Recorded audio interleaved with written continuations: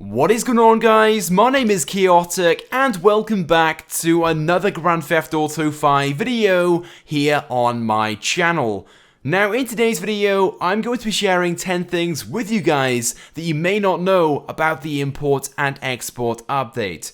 This is part 3. If you haven't checked out parts 1 and 2 yet, I would definitely recommend doing so. There will be links in the description. But there are so many new tips, tricks, and features with this update, I can assure you guys you won't know of all of them. So with that being said, let's jump straight into things. So to start things off then, did you know you can still use the Ruiner 2000 even if you have passive mode enabled?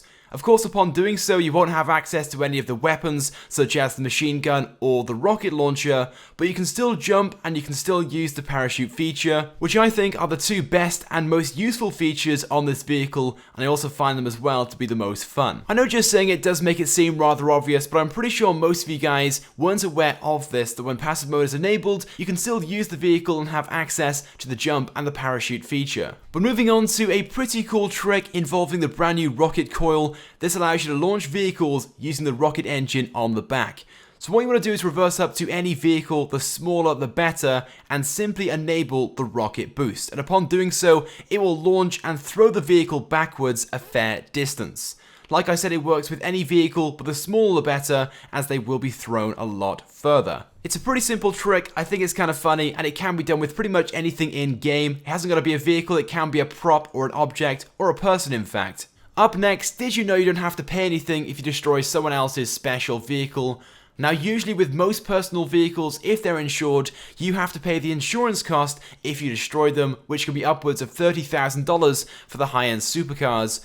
But no matter what special vehicle it is, if you destroy it, you don't have to pay anything whatsoever. But do bear in mind, for every special vehicle you blow up, you will be classified as a bad sport, and if you destroy too many, you'll be placed into a bad sport lobby. But as long as it's a one-time thing every now and again, you should be fine, and it's certainly very useful that you don't have to pay the insurance cost, especially if there's someone in your session being rather annoying and killing you over and over again with these special vehicles. Now, once you become a CEO and you start sourcing and stealing vehicles, every now and again you might be given a vehicle to steal which you may already have or isn't really worth much money. But there is a way to replace this vehicle and swap it out for another one if you don't want to go and get it. And you haven't got to wait any cooldown timers, you haven't got to go and get this one first of all, you haven't got to pay any money or anything along those lines. So for example, once it gives you the vehicle which you have to go and steal, if you don't want to go and get it and you want to swap it, simply go to a new session. Select Find New Session in the pause menu, and once you load in, make your way back to your PC,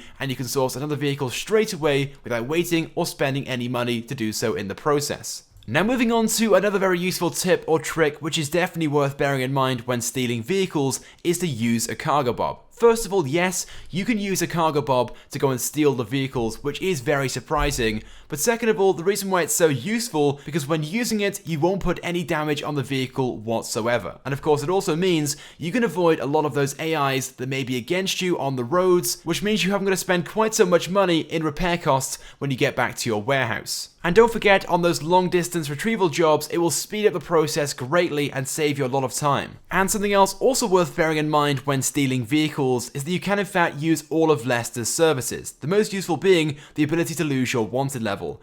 Now, in a lot of these missions, you will get yourself a wanted level and police will start chasing after you and cause a lot of damage to your vehicle. And of course, most of these missions will become a lot easier without a wanted level. So simply call up Lester, pay the $600, which is a lot less than what you'll have to pay in repair costs if you try and finish these off with the wanted level. Now, yes, there are one or two of these retrieval missions where you can't do this straight away, but after a while you can, so keep trying the feature out until eventually you can remove your wanted level. Now, there are many features broken with the import and export update, and one of those is first person mode in the Karen Technical Aqua when on water. So as you guys can see right now in the video, I'm in first person, but as soon as I touch the water, it takes me out to third person. And no matter what I do, when I try to change the camera angle, it will not let me go back into first person. Unless, of course, I go back on land. Then I can go back into first person. But for some unknown reason, when on water, we are limited to just third person when operating the Karen Technical Aqua. But I'm pretty sure it's just an issue with the vehicle and not an actual feature, so hopefully Rockstar will fix this very, very soon. Now, as I'm sure you guys guys know, there are several new VIP and CEO work missions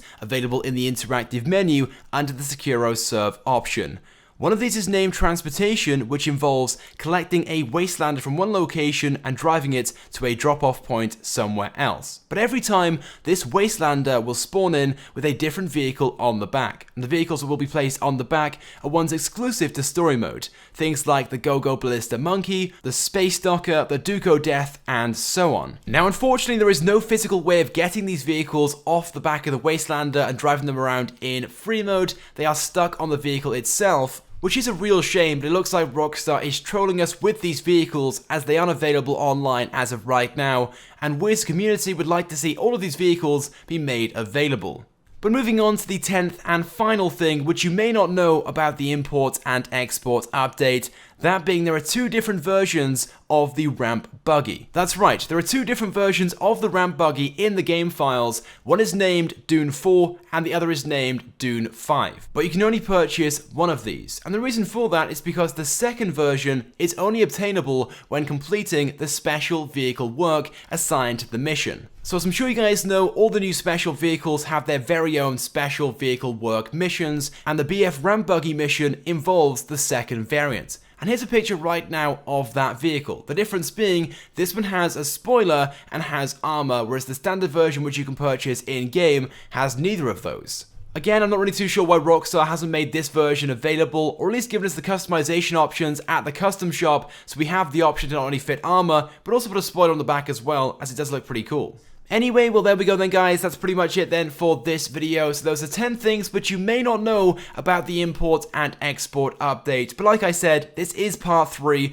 If you guys want to check out part 1 and 2, there are links in the description to both of those. Also, by the way guys, right now I'm doing a huge giveaway. I'm giving away a PlayStation 4. If you guys want the chance to win, drop a like on this video and click the link in the description so you can go ahead and enter. But also go ahead and leave a comment on this video as well and let me know your thoughts and feelings about these things that you may not know about the update. And if you haven't subscribed to my channel, I'd recommend that you do, because I upload all the latest and the greatest Grand Theft Auto 5 content. So as always guys, thank you for watching, and I will see you guys next time.